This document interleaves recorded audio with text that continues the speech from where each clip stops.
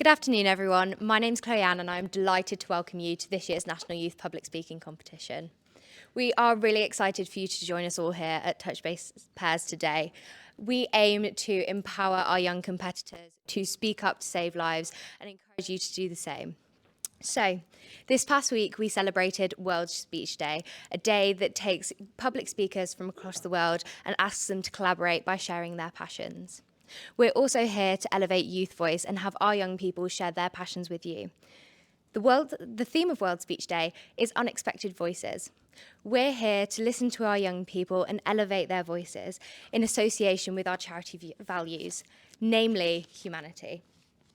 I hope that all of you joining us in person and at home are ready to hear everything our young people have to say today and celebrate their passions, their hopes, and their ideas. We also want to acknowledge all the hard work they've done, not just over this residential weekend, but for the past 6 months. They've been working on building their independent skill sets since October 2022, which is quite a long time to be working on such a core skill. We also want to acknowledge them for all of their hard work this weekend and acknowledge our mentors for all the support they've given. Before we get into the competition, I would like to give you a few housekeeping notices. Firstly, we're not planning a fire alarm, so if the fire alarm does go off, if you could all follow a member of the staff team wearing a green Speak Up to Save Lives t-shirt to one of the exits, and we will all meet in the car park. We have our young photographers here today who will be sharing their images on social media after the competition. You are also welcome to share your images on social media using our hashtag YouthSpeakingComp and tagging us SGA Youth England. We do ask that when you are sharing photos, you take the flash off and leave your phones on silent. You all will have seen the QR code that will come up on the roll. That will be able to be scanned for you to access our programme in hopes of being slightly more environmentally conscious. We also invite you to click and clap quietly at the end of our speeches in hopes of creating a more inclusive environment for all of our guests and competitors. So thank you all for joining us, and I really look forward to speaking to you all in the breaks and having you speak to our young competitors more in detail about the things they will be discussing with you today. Without further ado, I'd like to invite you to watch a video from our CEO, Martin Horton-Brown. Hello everyone, congratulations on making it to the National Public Speaking Competition for young people in St John. It's wonderful that so many of you are interested in this really powerful skill. It is a powerful skill because through communication you can influence the thoughts of others. You can influence what people do in their lives. People use communication all the time. Think about TikTok and the influencers on TikTok. Think about those people on YouTube who've got channels with millions of viewers. What they're doing is using the gift of communication to shape and influence their audiences. That's why they're called influencers. When you think about it, it's really what I do as a job as chief executive. I spend my days trying to influence people, influence their thinking about decisions they're going to make, about how they're going to spend St John's money, how they're going to make plans for the future, how they're going to make sure that the organisation is safe. And I think that communication as a gift is one of the most precious that you can be given. And you're probably here because in some measure you've got that gift. But however gifted you are in relation to public speaking, you're probably like me. You are not yet an expert. I know I'm not yet an expert because I haven't yet given 10,000 hours of public speaking. I think I'm quite close. I might just about be there. But I know for the first 10 years of my life, I racked up about 2,500 hours of public speaking. Now that's quite a lot because I did it almost as a profession for my first 10 years. And some of you will have similar opportunities to do loads of public speaking. But the truth is that public speaking, like any skill or gift, is only as good as the amount that you practice and nurture that gift. I still practice to this day, and I can tell you there are no shortcuts. If you want to be a good public speaker, then you're going to have to practice, practice, practice. The other thing I could tell you that I think works for me and I think makes public speaking really special is when you make a choice to not just read a script, not just to craft a word, a speech that looks or feels very good, but that you invest yourself in it. You see, there's an old adage that says, it's not what you say, it's the way that you say it that makes the difference. That is to say, people don't remember what you told them, they remember the way they felt. People remember years after I've spoken to them about how they felt. They can't really remember what I said. I gave a speech, a kind of TED talk once to 300 chief executives. To this day, I get people come up to me and say, I remember that speech.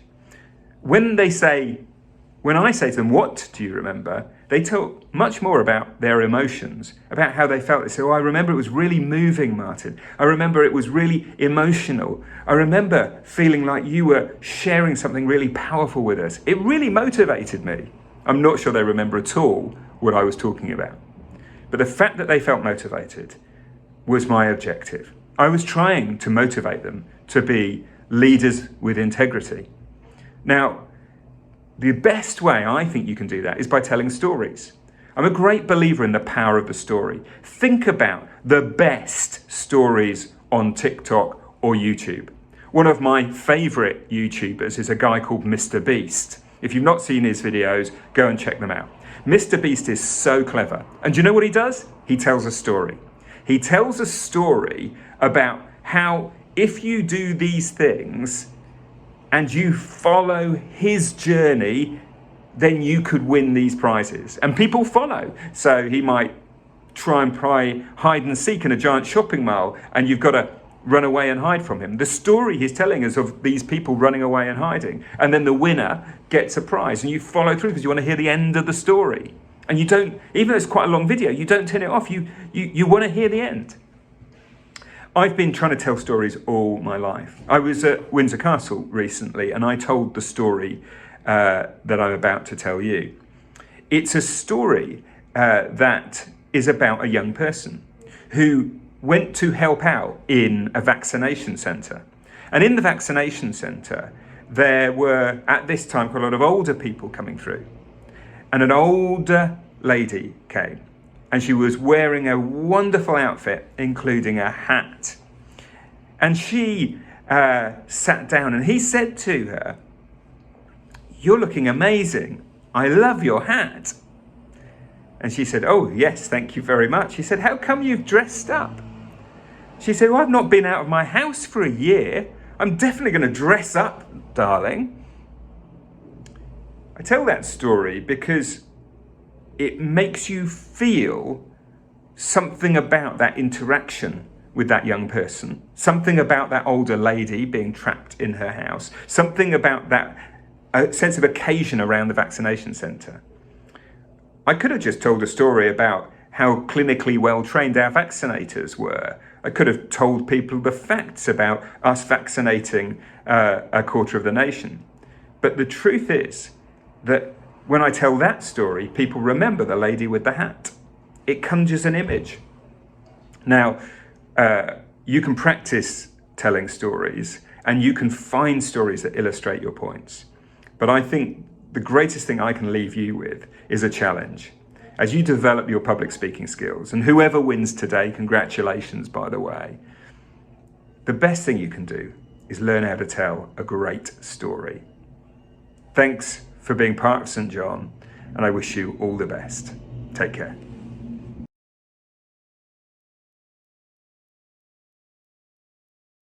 To tell a great story.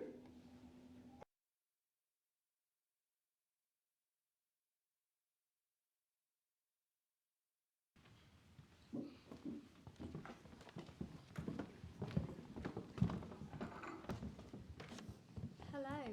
It is lovely to see all of you here to celebrate our young people who are speaking today. Now, the National Youth Public Speaking Competition this year started for our competitors all the way back in October with our selection round. Our selection round is open to young people in St. John Ambulance Cadets, NHS Cadets, Health Citizens, and Young Responders aged 12 to 17. And we ask them to submit a short speech on a topic that they feel passionately about. We start this off with a fundamentals workshop, and this is open to every single young person in St John Ambulance. And we teach them the principles of public speaking. And then we offer them mentor support if that is what they want.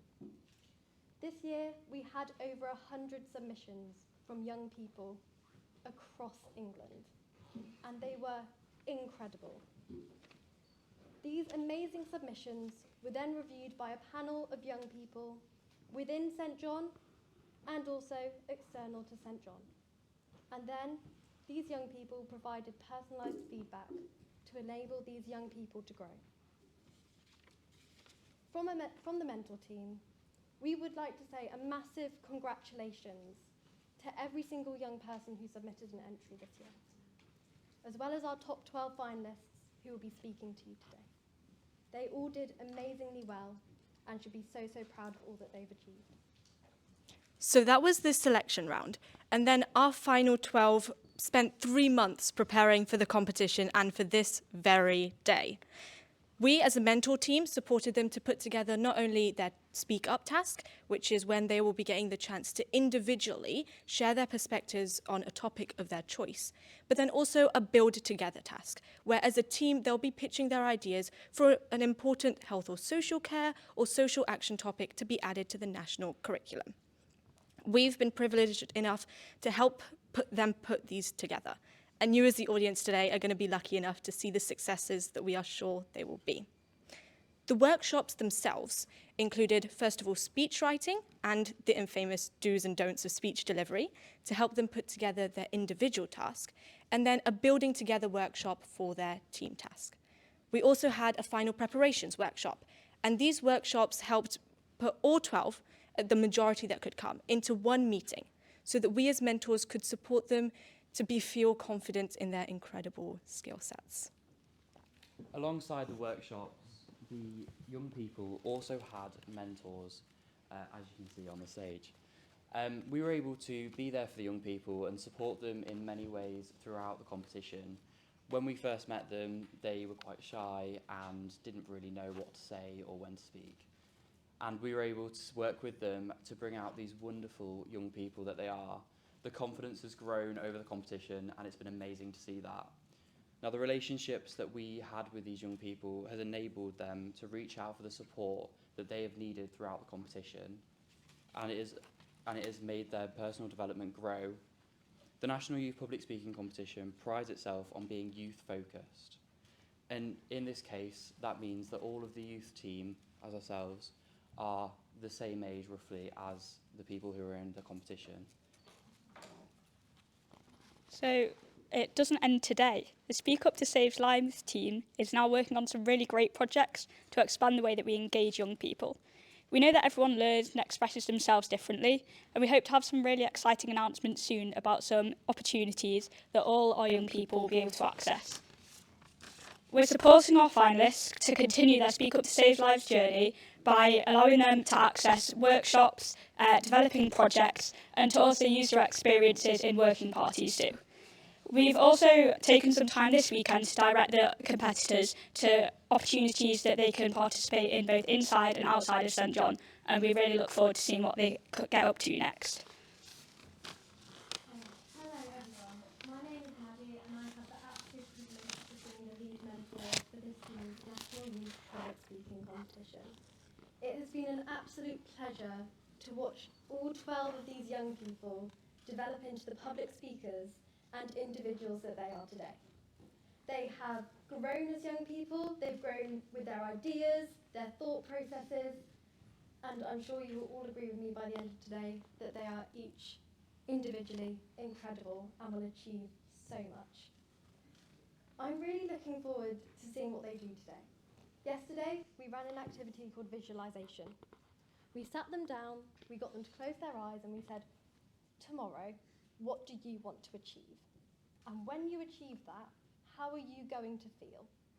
And I'm really looking forward to hopefully seeing each one of these young people achieve that today and feel the way that they hope to feel today. I'm Sneha, I'm one of the mentors, and completely agree with what Maddi said. As someone who's been public speaking from a very young age, I'm really passionate about actually promoting youth voice.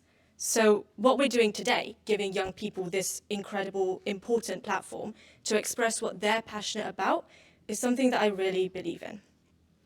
I can't wait to hear the powerful speeches that all of the young people will be giving to you today, and I really hope that everyone absorbs them, takes the time to reflect for them, because you'll be going away with something to think about, and it's going to be really good. Hello everybody, my name's George, I'm one of the mentors. I think it's really, really exciting to see the young people grow in the confidence that they have throughout the competition. I'm really looking forward to seeing their speeches today, and I hope you all enjoy them. It has been a challenge at times, but it has been amazing to work with them all. And throughout my 6 or 7 years now within St John, I've never ever met a more talented group of young people who are willing to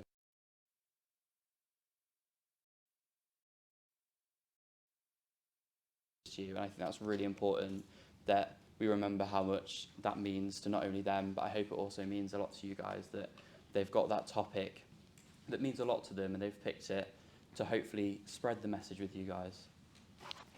So I'm Freya, I'm also one of the public speaking mentors. And I think one of the main messages we want to get across today is that all of our young people should just be so proud of everything they've achieved. They've come so far since they first submitted that video back in October or November. And they've really, really engaged with all of our workshops and our mentoring. You know, they've had other commitments as well with St John and school, and seeing them continue to show up and engage in our activities has really been inspiring for us, and we really hope that they do well today.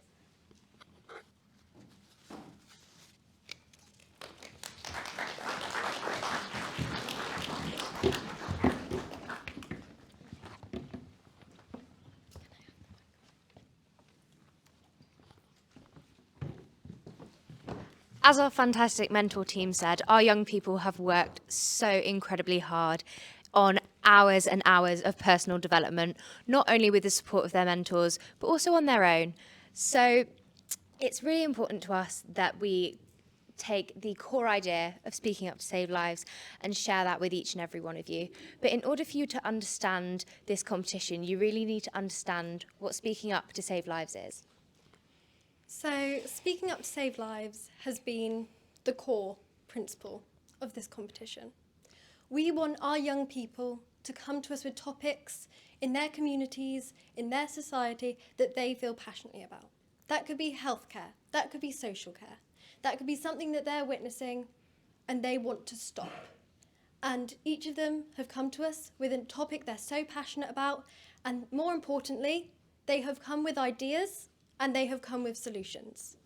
Talking about speaking up to save lives is promoting our young people to think not just to detect that problem, but to say, you are the future. You are going to be leading the world into a new generation. What generation do you want to go into? And what ideas and solutions do you have to get there? And that's hopefully what we have facilitated throughout this competition. I think it's so inspiring to see our young people think about ways they can action challenges in their community. Social action isn't about the idea. It's partially about the advocacy, but it's mainly about making the change. And it's not always easy as a young person to feel bold enough, to feel confident enough to make the change. And it's about how we can make those changes and involve as many people as possible to elevate the message. So hopefully today you will stand with our young people who are coming to you with their health and social action ideas, solutions, and we can work with them to create a society and a community that they're really proud to be a part of. I also think that really speaks true to the senior leaders in the room. This is your opportunity to invite young people into your space, to hear their ideas and to ask them how they can support you to make change in your relevant area of our St John community. So I'd now like to invite our judges to share a little bit about themselves and who they are.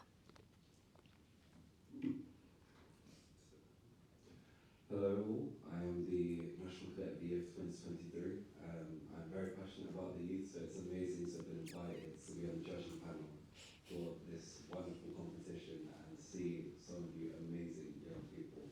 And I really am looking forward to this wonderful competition, so thank you.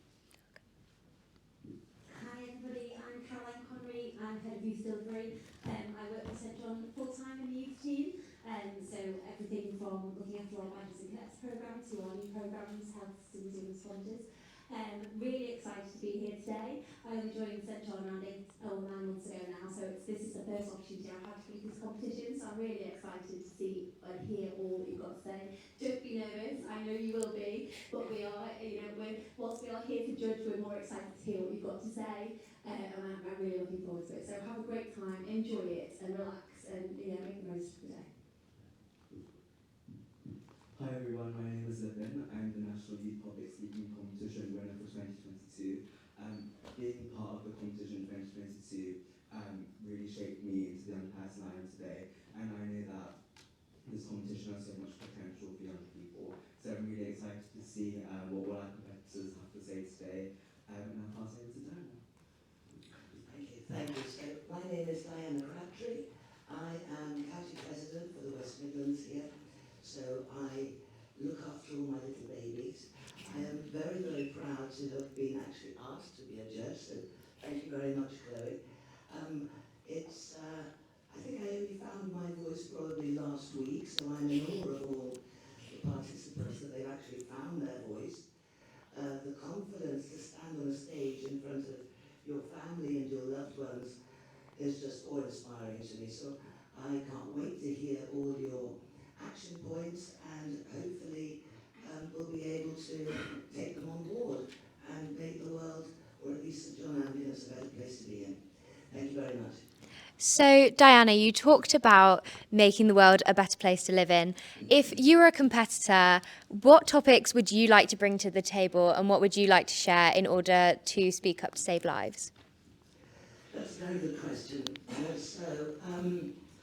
Personally, I would like to speak about grief. I unfortunately had to bury my best friend of 38 years at the weekend, and everybody grieves in different ways.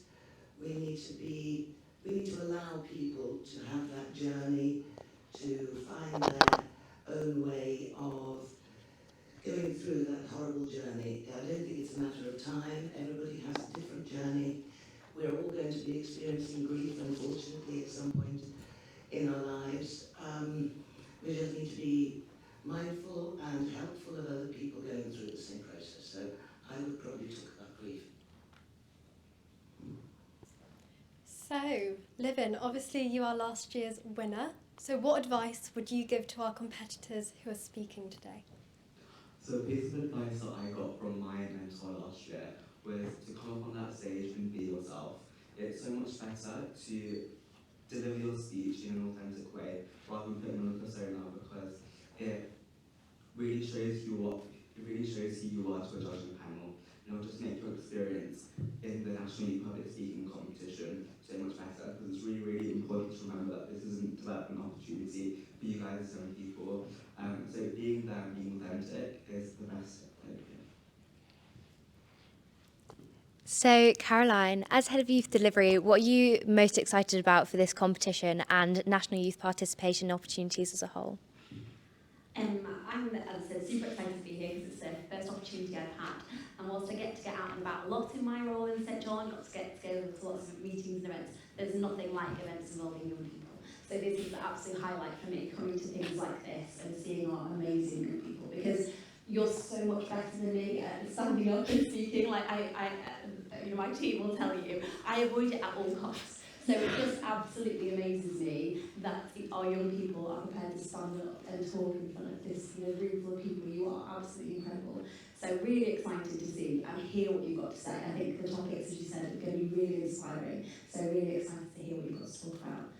And youth voice and youth participation as a whole is really important to me in the organisation, and not just in the youth team, but across all of the organisation as a whole. I think we've got a way to go with that. We definitely need to do a little bit more. We've got some really great forum things already, but I think we need to do more to kind of increase our youth participation in all areas of St John, and I'm really hoping we can work towards that going forward. So, last but by no means least, Kyle, as National Cadet of the Year, what does social action mean to you? So I would say social action to me means making a tangible change that's really effective in your community. That could be for health, could be for social reasons. I mean, in Greater Manchester recently we had the Save Life campaign, and as we saw, that was amazing. And having young people involved in that is amazing. And I'm sure that some of you today definitely will be talking about social action change. So, I mean, you'll probably even change my ideas on what social action is and probably know more about it than I do. So, I really look forward to today, and yeah. Thank you all. I'd now like to invite our mentor team to introduce our Build Together task.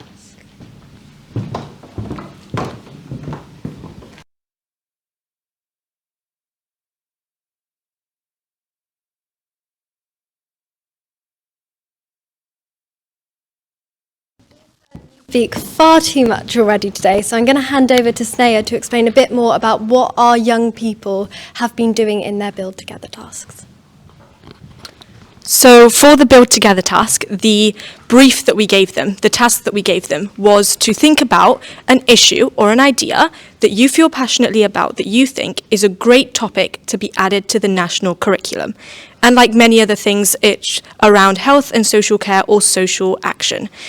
And then the young people sat in workshops, they sat in their mentoring sessions, they spent hours outside of our scheduled sessions as well, putting together the topics as a team, working together in their teams of 4 to decide collaboratively which topic means the most to them, why it should be added, doing the research, putting together their pictures, and today you'll be seeing those as well.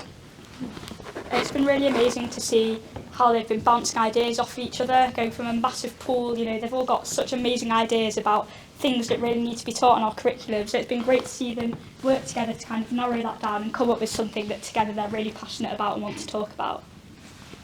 So with the Build Together work that we've been doing, a lot of the tasks have had to be outside of, because you can't sit on Teams calls all day. So they have worked together, as in the name, very well out of pure respect for each other. And one of the things that I found really inspiring is seeing them adapt to each other and seeing them try and fit in around each other. Somebody might have school revision till 4, that's fine, we'll move the meeting till 5. And it's really inspiring to see the younger people taking that stand and saying, actually, no, we'll step up and we'll make this change together. So even from the smallest things, they've worked together really hard to make sure that it's right for them. I know I said I wasn't going to speak more, but I lied. I just want to say one of the joys about being lead mentor this year is I've actually been able to listen and attend every single one of these groups' Build Together tasks. They have all come on journeys, leaps and bounds because of their mentors, and hopefully you're about to see some of the amazing work they've put together. And yes, ask them lots of questions. If you see them in a break and you're like, you had really good ideas and I want to know more about it, please do go and talk to them. They are passionate about the health and social action topics that they chose, and they do really want to talk about it. So without further ado, I'm going to pass over to our young people.